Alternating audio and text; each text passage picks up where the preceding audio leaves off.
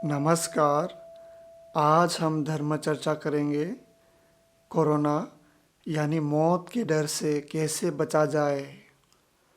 लगभग पिछले 1 साल से हम लोग किसी तरह से अपने आप को बचा बचा के जीवन यापन कर रहे हैं। जब से कोरोना महामारी फैला है तब से हमें यह पता चल गया है कि हमारा जीवन का कोई भरोसा नहीं है। कभी भी हमारा जीवन समाप्त हो सकता है। हम लोग कभी भी कोरोना पॉजिटिव होकर के मर भी सकते हैं।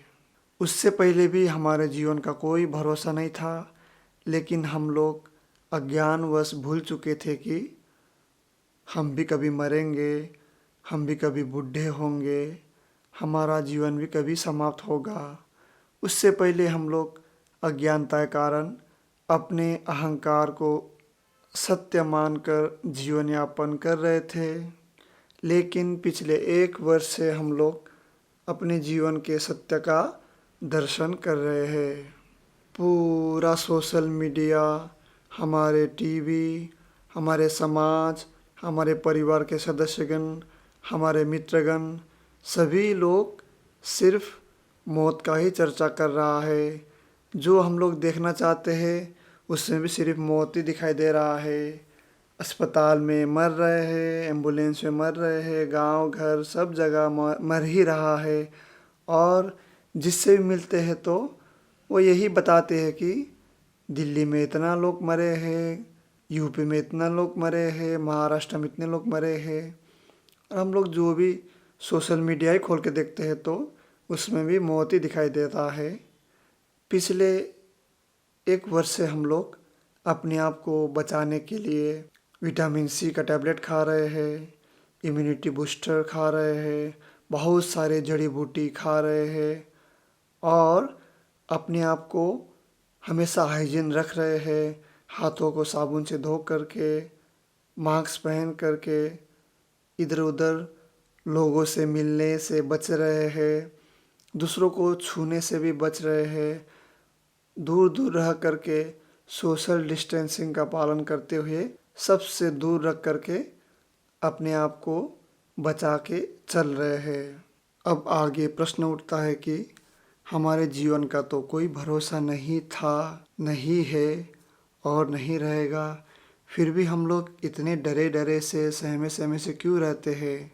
इतने सारे धर्म ग्रंथ, धर्म गुरु, उनके उपदेश और बहुत सारे जीवित गुरु होने के बावजूद भी हम लोग अपने डर को क्यों कम नहीं कर पाते हैं।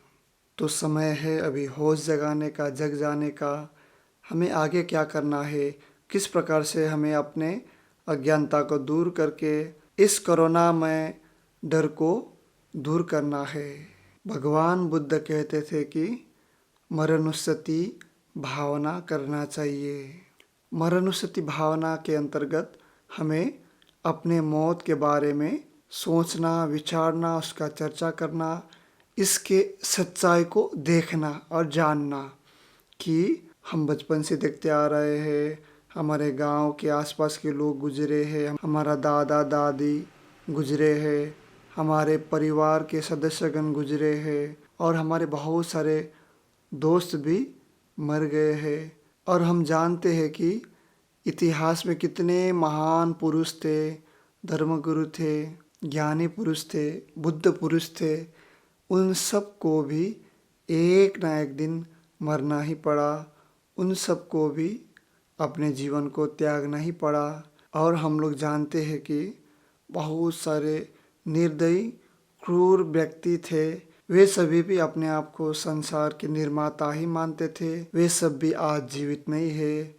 और हम लोग जानते हैं कि बहुत सारे कहानियों में राजा महाराजा इस तरह के जीवन यापन करते थे, उनके इतने रानियाँ था, उनके वैभव संपत्ति और बहुत कुछ था। वे सब अब कहाँ है, कोई ठिकाना नहीं है, कुछ पता नहीं है। सब कुछ छोड़ करके एक दिन मरना ही पड़ा। तो ये तो सच्चाई है। अरहत सम्यक संबुद्ध के प्राप्ति के बाद भी भगवान बुद्ध को भी एक दिन अपने जीवन का त्याग करना ही पड़ा, उनको भी महापरिनिर्वाण होना ही पड़ा। उनका भी मौत आ ही गया, तो हम क्या है? हम कब तक जीवित रहेंगे?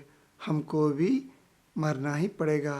इस प्रकार से मरणोत्सुकी भावना भी बहुत ही होशपूर्वक, जानते हुए, ध्यानपूर्वक, सावधानी से सच को जानने के लिए, अपने अज्ञानता को मिटाने के लिए करना चाहिए। और दूसरा प्रश्न है, हम हर वक्त साफ सफाई का ध्यान रखते हैं, अपने हाथ को साबुनों से धोते हैं, सैनिटाइजर करते हैं, कपड़ों को साफ रखते हैं, इधर उधर कोई गंदगी नहीं छोड़ के रखते हैं, लोगों से दूर दूर रहते हैं, बच के रहते हैं, हमेशा कॉन्शियसली जीवन यापन करने का प्रयास कर रहे हैं। भगवान बुद्ध भी कहते हैं कि माइंडफुलनेस, जीवन यापन होशपूर्वक ही करना चाहिए। कैसे? हम सुबह से लेकर शाम तक जो भी कुछ कर रहे हैं, खा रहे हैं, पी रहे हैं, उठ रहे हैं, स्नान कर रहे हैं, घूम रहे हैं, टहल रहे हैं, बातचीत कर रहे हैं, पढ़ रहे, लिख रहे, सुन रहे, ध्यान साधना कर रहे हैं, सभी कार्यों में हमेशा होश बना रहे, हमेशा माइंडफुल होकर के सभी कार्यों को करना चाहिए। जो व्यक्ति होशपूर्वक कार्य करता है, वे कभी दुखी नहीं होता है, निराश नहीं होता है, उसे किसी चीज़ का कोई डर नहीं रहता है। ऐसे ही आज देखिए, हम लोग सुबह से लेकर शाम तक, एक दृष्टिकोण से देखा जाए तो हम लोग होशपूर्वक जीवन यापन कर रहे हैं। मेरे जीवन में भी मैंने बहुत सारे ध्यान साधना का अभ्यास किया, जिनमें से मरणोत्सुकी भावना, बुद्धानुस्सति भावना, मेत्ता भावना, अशुभनुस्सति भावना आदि प्रमुख है। इन सभी भावना के सतत अभ्यास से मुझ में होश जगा कि हमारे जीवन में कोई गारंटी नहीं है, कभी भी हमारा मौत हो सकता है और हमारे शरीर गंदगियों से भरा है। इसीलिए सबके प्रति दया, करुणा, मैत्री का भाव रखते हुए अपने आप को होशपूर्वक बनाए रखे। इस प्रकार का ज्ञान, होश जगा। और मुझे बहुत पहले ही हमारे जान पहचान के कोई भी सदस्यगण गुजर जाते थे तो उन सब का बॉडी का पोस्टमार्टम करने के लिए उनके बॉडी को एम्बुलेंस से उठा करके पोस्टमार्टम सेंटर तक रखना, फिर वहाँ से उठा करके वापस एम्बुलेंस में रखना और बहुत सारे रिपोर्ट तैयार करना आदि सब कार्य किए। और ये 3 दिन पहले की ही बात है। हमारे एक जान पहचान के व्यक्ति है, वे पहले से ही बीमार थे और 3 दिन पहले अचानक ज़्यादा ही तबीयत खराब हो गया। रात को 1 बजे ऐसी अवस्था को देख कर के शुरू में तो मैंने मना किया कि मैं अस्पताल नहीं जाऊंगा, लेकिन हालत ही ऐसा था कि अस्पताल जाना ही पड़ा। और हम लोग जब यहाँ से निकले तो अस्पताल के इमरजेंसी वार्ड में गए। इमरजेंसी वार्ड में पहुँचने के साथ हमने देखा कि चारों तरफ आदमी लोग सोया हुआ है। बहुत सारे लोगों का परिवार के सदस्यगण गुजर गए थे, उनके लाश को पकड़ के रो रहे थे, उठने के लिए आग्रह कर रहा था।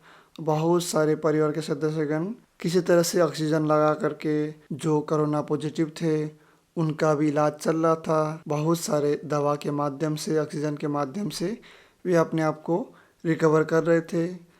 देखा जाए तो चारों तरफ लाश के भांति आदमी पड़ा हुआ था। सब दुखी थे, निराश थे, डरे हुए थे। सभी लोग मदद के लिए इधर से उधर भाग रहे थे। हम लोग भी गए थे। हम लोग का भी मरीज था जो बहुत ही सीरियस हो गया था, उसको भी लेकर के हम लोग इधर उधर भागे, किसी तरह से उनको दवा दिलाए। इस प्रकार सभी बातों को ध्यान से जानते हुए आप भी अपने जीवन को एक सफल जीवन बनाने का प्रयास करें। महामारी आए ना आए, हमारा मौत तो पक्का है। इसीलिए मरणोत्सुकी भावना या हमारे जीवन के मौत के सच्चाई को जाने, इसका सतत अभ्यास करें, मौत को भी स्वीकारें। बुद्ध कहते थे कि भिक्षुओं को कि आप जाके शमशान में जाके ध्यान करें कि वहाँ पे किस तरह से आपके शरीर सड़ रहे हैं, नष्ट हो रहा है, जल रहे हैं, इन सब को देखें। तो आज देखा जाए तो हमारा टीवी, हमारा फ़ोन, सोशल मीडिया में जो भी कुछ देखते हैं या किसी से सुनते हैं, किसी से चर्चा करते हैं या कुछ पढ़ते हैं तो चारों तरफ लाश ही लाश दिखाई देता है, सुनाई देता है। तो इसको देखे, जांचे, परखे, इसमें होश जगाए। दूसरा, हमेशा सचेत रहे, जीवन को होश पूर्वक जिए। हमेशा अपने हर एक गतिविधियाँ, शारीरिक हो या मानसिक, उस पर पूरा होश बनाए रखे। खा रहे, पी रहे, पढ़ रहे, घूम रहे, हर एक समय तटस्थ भाव से सभी गतिविधियों को जांचे, परखे, अपने आप को होशपूर्वक बनाए। तीसरा है, बुद्ध कहते हैं कि संसार अनित्य है, दुख है, अनात्ता है। संसार परिवर्तनशील है। यहाँ कोई जन्म लेता है तो उनका मौत अवश्य है। इस बात को भी स्वीकारे, जाने, यह सत्य है। इसके आगे कोई दूसरा सत्य नहीं हो सकता है। चौथा है, हम सभी जम्बूद्वीप वासी है। हमें पता है कि कर्म का फल हमें अवश्य मिलता है। अगर हम बुरे कार्य करते हैं तो उसका फल हमें बहुत ही बुरा और दुखदाई मिलता है। अगर हम कोई अच्छे कार्य करते हैं तो उसका भी फल हमें बहुत ही सुखदायक मिलता है। इस प्रकार से इन सभी बातों को ध्यान से जानते हुए अपने जीवन में इसको उतारे। यह धर्म उपदेश सही लगा हो तो अपने जीवन में उतारिए इसको। भगवान बुद्ध कहते हैं कि अनिच्छावत संखारा उपादवय धम्मिनो उपजित्वा निरुद्धन्ति ते संहूपसमो सुखो। संसार में सभी चीज अनित्य है। संसार में ऐसा कोई वस्तु नहीं है जो हमेशा स्थिर रहे। सभी वस्तु हो रहे हैं, जैसे हम हो रहे हैं। हम है, मैं हूँ, ऐसा कोई वस्तु नहीं है। मैं हो रहा हूँ है क्योंकि मैं बहुत छोटा बच्चा था, बड़ा हो गया, अब धीरे धीरे मैं बुढ़ा हो रहा हूँ। हमारे घर, संसार सब परिवर्तनशील है, सब बदल रहा है। जिस रूप में पहले था आज उस रूप में नहीं है। तो संसार अनित्य है, संसार दुख है, संसार अनात्ता है। इस प्रकार जागते हुए एक जागरूक पुरुष के भांति ध्यान धर्म साधना में आगे बढ़ते रहे। महामारी तो आते रहेगा, जाते रहेगा, लेकिन हमें होशपूर्वक होना पड़ेगा, जागना पड़ेगा, जानना पड़ेगा। हमारा जीवन का कोई गारंटी नहीं है, कभी भी हम मर सकते हैं। इसीलिए निडर निसंकोच होकर के इन सभी समस्याओं का सामना करें। यह शरीर तो आप त्याग देंगे, फिर भी आप पुनर्जन्म ले सकते हैं। पुनर्जन्म होगा आपका, क्योंकि हम सभी इस संसार के भवचक्र में ही फंसे हैं, पड़े हैं, और हमें इस संसार के भवसागर से, भवचक्र से ही पार करने के लिए, इस भवचक्र के बंधन से मुक्त होने के लिए सतत अभ्यास करते रहना चाहिए। आज के लिए इतना ही। धन्यवाद।